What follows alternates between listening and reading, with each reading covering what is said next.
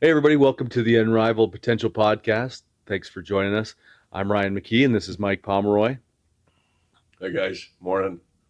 Eh, Moving into, well, obviously we just had a precursor, but it has nothing to do with what we're going to be talking about today. why not? No, Yeah. Well, I mean, we could move on to that subject, no, or we no. could dive right into, everyone enjoys hearing, on the idea of being relatable. If you're in business, creating that, or even if you're just in the field working for someone, your company that you work for has got clients and Mm, they've got customers. Whether you're in retail, doesn't matter. If you're selling a product, you have a customer, right?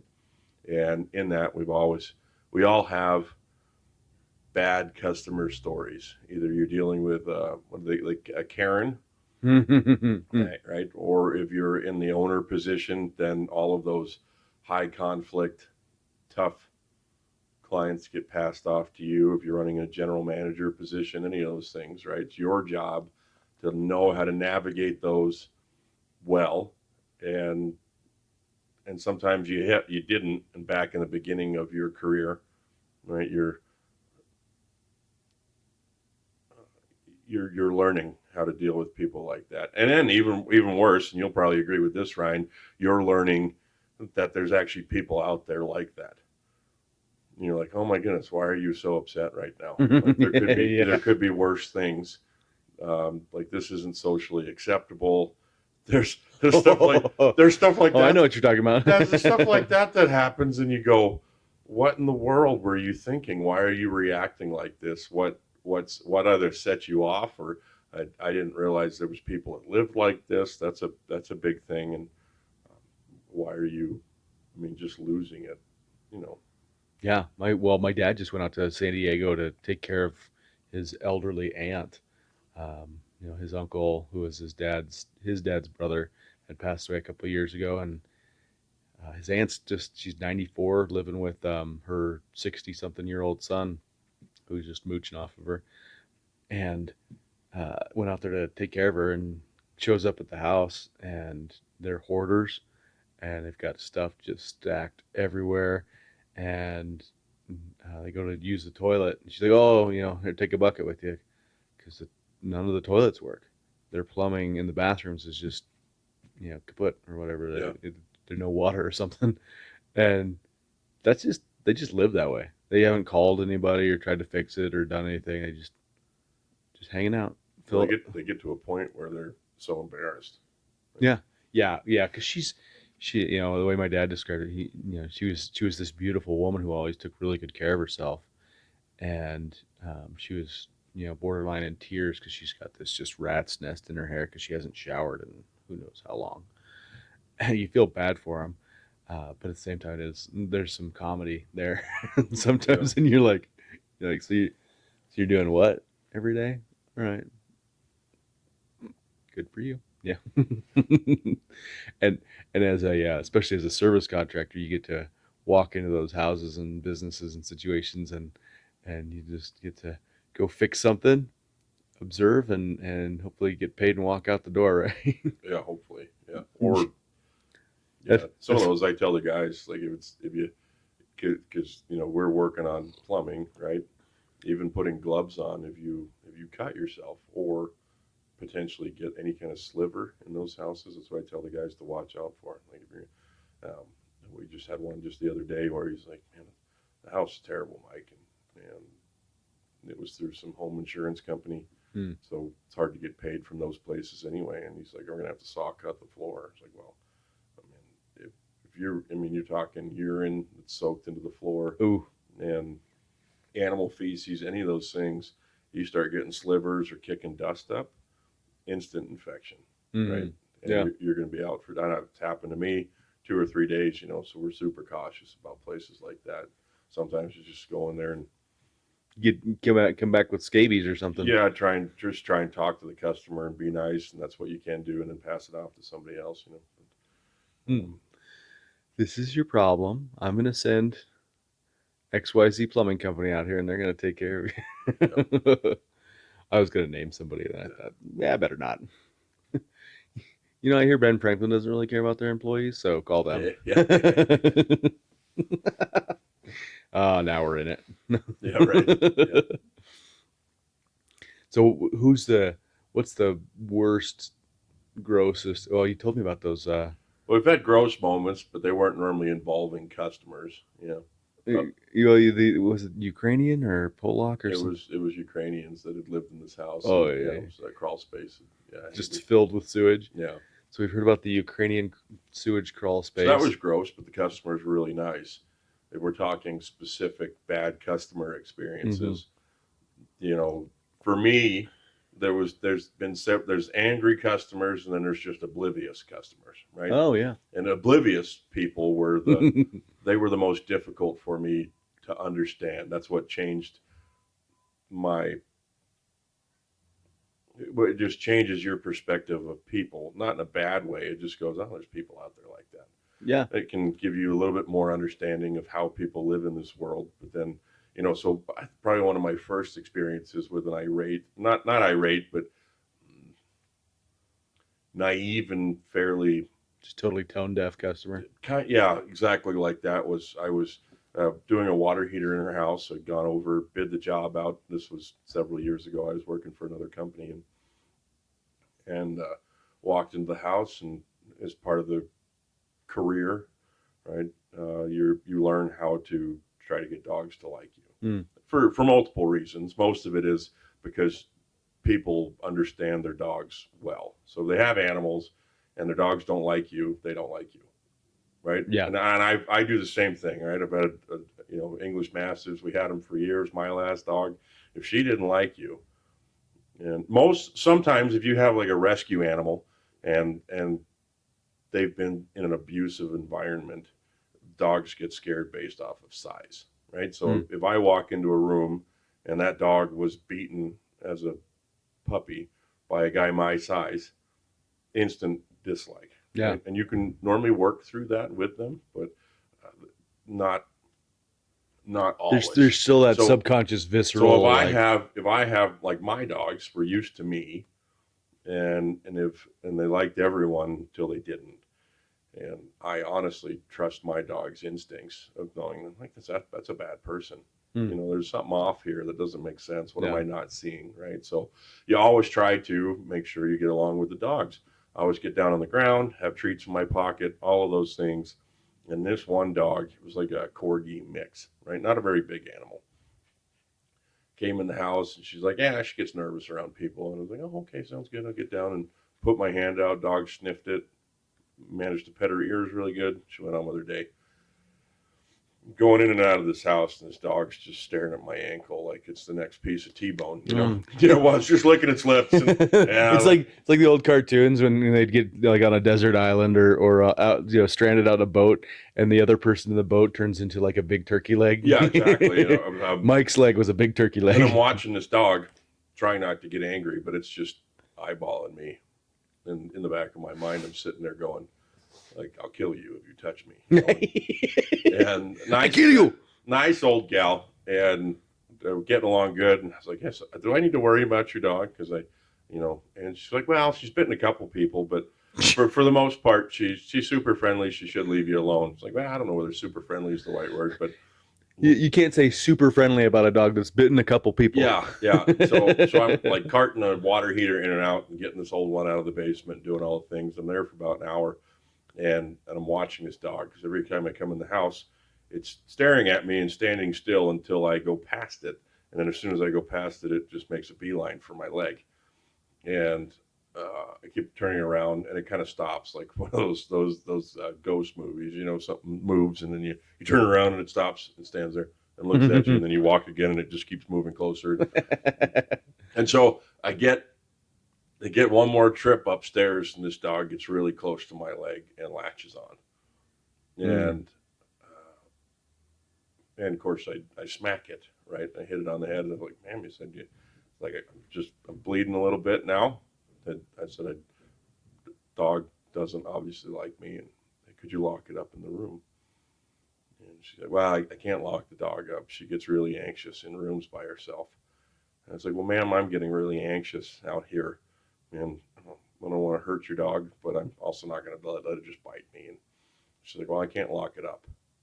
So yeah, okay. Well, I understand that, Okay. but I can't keep working here. So you understand, like I'm in the middle of your job right now. I don't have your hot water hooked up. I'm I'm going to have to leave. Well, you can't leave halfway through a job. It's like, well, I have to. And so you're not. I'm trying to be very nice. I'm sitting down in a chair, so Do my body you language. understand the words that are coming out of my Yeah, mouth? like I've just gotten bitten by a dog. I'm trying to sit down in her chair, and not have like angry body language, right? Because I was very noticeable of that since I am a large man, and especially with older women, you got to be careful about those things. And so I'm like trying to keep calm. The blood's starting to flow. I Both feel out of your leg and through your body. yeah, yeah. I feel like we're higher on the food chain, and so when I get bitten by a dog, it's like I'm going to break your jaw. It's the instant anger that peaks up inside of me, and she just wasn't understanding. And I was like, "Ma'am, I got to pack up my tools and I got to leave." She's like, "You leave, and I'm going to call the company." I was like, "You can absolutely call my company."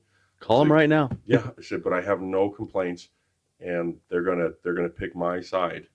And so she ended up having to find another company. Super upset, and Oh, she never figured it out, huh? never, never. Yeah, she called and she's like, "Hey, your technician was I here. don't want my dog to be My anxious, so I'll dog, go my without my hot dog water. bit him, and then he refused to do the work." And the office gals, the CSRs for that company, Probably laughed at her. yeah, they're like, "Yeah, well, Yeah, of course. Mike is one of our best guys, and if he's leaving the job, this never happens. It means it's something on your end." And she left a horrible review and went with a different company to finish the install. Wouldn't even accept my dog's bite. Yeah, and at that moment though, it was so bizarre that this made sense to her, and I tried everything I could to get through, and it just didn't work. And that was like not a bad customer, but a bad situation of That is bad customer, Mike. yeah, yeah, I guess, yeah, yeah. She wasn't a bad person, but it just wasn't the elevator wasn't going all the way to the Yeah, top or yeah, something. yeah. That sounds about like Like, don't you have a kennel to put this thing in? All she just gets nervous, and that sounds like my dog bite story. The only time I ever been bit by a dog, I was an army recruiter and went out to um, this young lady's house to give her the practice ASVAB and see if she was interested in joining the army. And um, show up to the door, and this dog is going nuts. And she opens leaves the storm door closed, opens the regular door. And I was like, "Dog gonna be okay?" She's like, "Oh yeah, just a barker." And so she opens the storm door. I put one foot on the threshold, and the dog latches on and bites my hand, bites my leg. So she closes the door, puts the dog out, and I come inside, and I'm bleeding and stuff. And I thought, she's not even like acknowledging that I'm bleeding all over, sitting here. Set her up on the practice ASVAB, and by the end of the practice ASVAB, I understood why, because she got like a 4. And so like, okay, you're too dumb to know, like, hey, get him, Band-Aid or something. yeah, So praise the Lord, she did not join the military. Yeah, people, they don't get it, do they? They're in that dog world, and they're like, no, my dog can't be in that kennel because it'll make him nervous. hmm Um, lady, you're talking half an hour to maybe an hour or two till you finished up your work, and then you'd have hot water, and your dog could come out, and you could spray your dog with hot water if you want yeah, that to. just wasn't making sense. And People are dumb. They yeah, dumb as hell. All right. So for guys like us, we've at least I've realized, and I think you have too. Uh, there's a lot of money to be made in dealing with bad customers. If you can handle that lady, or I don't know, some guy who wants to report you to the BBB because your estimate's too high, somebody like that. Not that there's ever anybody like that, but theoretically yeah, speaking. theoretically. Well, um, that was my one of those moments of learning about humans, right? mm, And just being like, wow, I've never experienced this before. Then then the next situation that happened that was not career changing, but you have to notice it as I went to a halfway house and I mm, was working on giving an estimate, and I met this gentleman. Yes sir, no sir. Like, yeah, we can get that taken care of for you. This is how much it's going to cost. I just got to go get some materials, and I can take care of this right now if you want me to. And he's like, yeah, absolutely, sounds great. Appreciate you coming out. As soon as I left the building, I'm driving to the parts house to get some supplies, and my office calls me, and she goes, "You doing all right today, Mike?" Yeah, yeah, I'm having a good day. What do you mean? I just sold this job, and I'm just going to grab some supplies, and I'll go back and fix it. Well, he just called, and he says he doesn't want you back. Said you were super rude, and I thought maybe you were kind of hangry this morning, and you got a lot going on emotionally. And I was like, no, I'm having a good day. Like, what do you mean? The guy was great. I was yes sir, no sir, and moved in like that. And he called and he goes, I don't know, you sent this guy out, and he's a real ass. And I was like, what? And they were like, yeah, well, we said the same thing. It's like, it's Mike, and Mike is not a real ass. He's yeah, him's nice people. yeah, yeah, and she's like, yeah, super upset, wants a different technician out. I was like, you kidding me, right? I was like, do I need to wear a body cam or something? And you see companies doing this now, and I was like, I'll sort it. Let me go get my parts out, and I'll go back and talk to this guy. And his name was Al, and I was like, Al, what the heck? He's like, I'm sorry, I was just in a bad mood. And I was like, you were in a bad mood? It's like, and then you called my office and tried to get me in trouble. I'm like, this is absolutely nuts. Like, well, I just had a bunch of guys this morning in the halfway house that they just kind of pissed me off, and I just took it out on you. I'm like, who does that? It's like, is this a thing? And I was upset with him in that moment, right? And I was like, Al, you can't do that. This is my career. I treated you with respect, and then you turned around and did this. And he's like, yeah, it won't happen again. I was like, you darn right it won't happen again, because I won't be here again. Yeah. Like, I'm not coming back for you to taint my reputation. And I was like, call somebody else, man. And he's like, oh, I really need you to do the work. I was like, that sucks, you know? Wow. Yeah, geez. You do wonder, Ashley always says, who ties these people's shoes in the morning? But how do they get through life not being an adult, not being a grown up and saying, okay, these jerks at the halfway house, that's one thing. This plumber who's coming to take care of my problem, that's another thing. Like, well, then thought that an apology was going to fix it. Like, you've gone too far. Like, if I had come back and said, yeah, he said, hey, you were kind of moody, or sorry, I was grumpy with you, but to call at that level and try to get me in trouble, yeah, like, that's too far. Yeah. And I thankfully worked for a company that knew me well enough daily, and I had very intentionally allowed them to see who I was. That, and through 5-star reviews and happy customers and people calling in and going, that was the best experience I've had, yeah. Which is what we try to create in life. It's like, I knew that I had their permission not to go back and do the work. And that's what I try to do with my guys too. Like, I'm not going to deal with that. We don't need the stress of days of somebody threatening to hurt you, because you have those moments where I've had those too, and some of my guys have had those moments where there's like threats of physical damage, personal harm on a job site over either what we charge or what their perception of how they were treated, and I've got no patience for it whatsoever. And I learned that from a company that had no patience for it, thankfully. Yeah. Well, and I have no issue firing a client. And from what you've told me, you learned that also from the flip side, where you had bad bosses who were like, I don't care, get that job done. Yeah. I don't, they valued that customer over you, which is comical in the business sense, because like, okay, here's this guy who can make me $5,000 a day for years, or this one customer who's going to pay me $500. Yeah. And dumb business owners value the customer.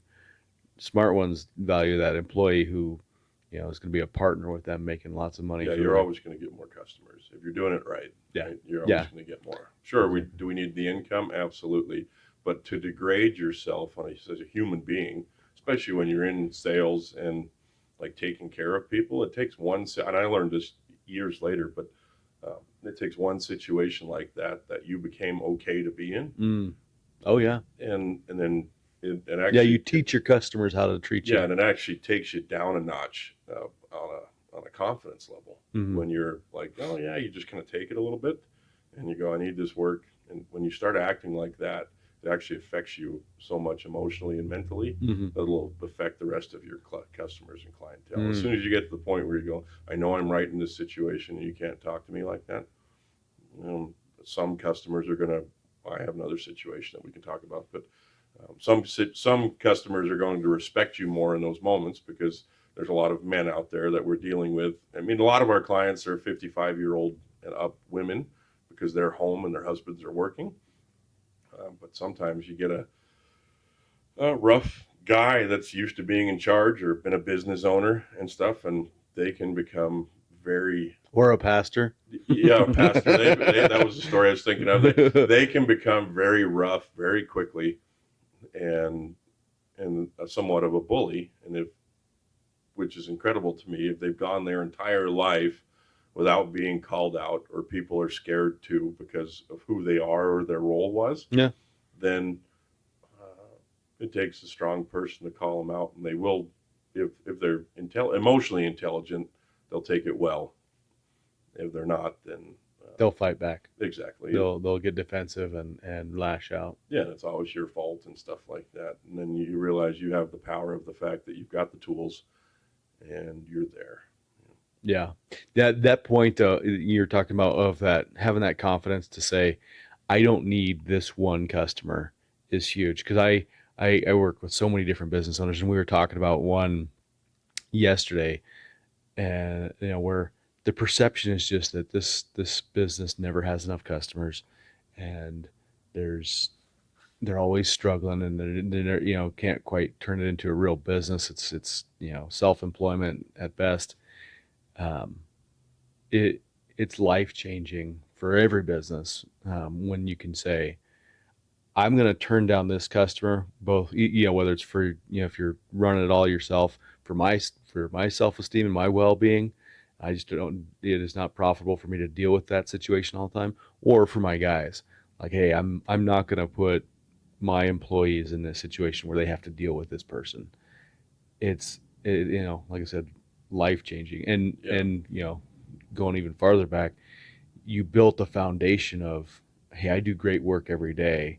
So your company knew this isn't Mike just being a prima donna. This isn't my employee trying to get out of some work. This is, a genuine concern. So I don't have to worry about it. And so lay that foundation with good quality work, and be willing to stand on your foundation and say, hey, I don't need you. Yeah. And like I said, people respect that. Well, and And you'll get more loyal customers, and then you'll get rid of the ones who suck.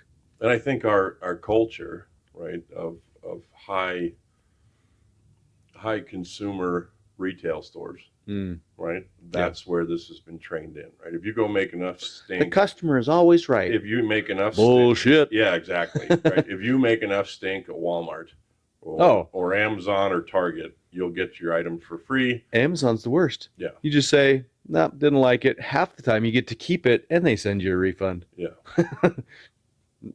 Pro tip. Yeah, right. And But that's not true at Pipe and Torch Coffee. We're going to tell you to pound sand. Yeah. Speaking of which, you want some more? Yeah, a little bit more. Yeah, but you get that mindset happens so much that then you get customers who are like, if I make a big enough stink, I could get this for a better deal, or and so that's what you have to deal with. And I learned, especially in this trade, that the customer is rarely right. Yeah, they don't know. You're the professional. That's why they called you. Yeah. If I knew how to do my own plumbing, I wouldn't call you. I'd keep my $1,000. Yeah. And so we, learning that years ago helped in the business side of, if they're honest, and I know my guys, and I've gotten to know them on a personal level. Ooh, that if they're honest, that's the well, you have to, key caveat, right? I've had moments like learning in previous employees, sorry, that there's probably 2 customers I can think of that I stood up for my guys and I shouldn't have. And I lost 2 customers out of that. But now I don't feel guilty about it. No. Because I was doing what I said I would do. Mm-hmm. but I think they had every right to be upset. I heard the phone calls and got the text messages and just went, in some ways they were difficult customers anyway. Mm-hmm. But then the guy that I sent didn't do the job that he was supposed to do. And I learned, well, obviously now as he's no longer here, but a couple of those clients, I was like, yeah, absolutely. I need, I tell my customers to let me know if they're not getting that 5-star experience. Mm-hmm. Like call me, call the office, let me know, give me your feedback, and then I'll learn how to gauge this, right? And that's why it's so important to get the good guys. So Yeah. you can stand your ground in the fact that I support my guys. So there's been a couple of moments where I've probably been wrong, but the fact is I do what I set out to do on that. Not me. I'm never wrong. Yeah, never wrong. Just ask my wife.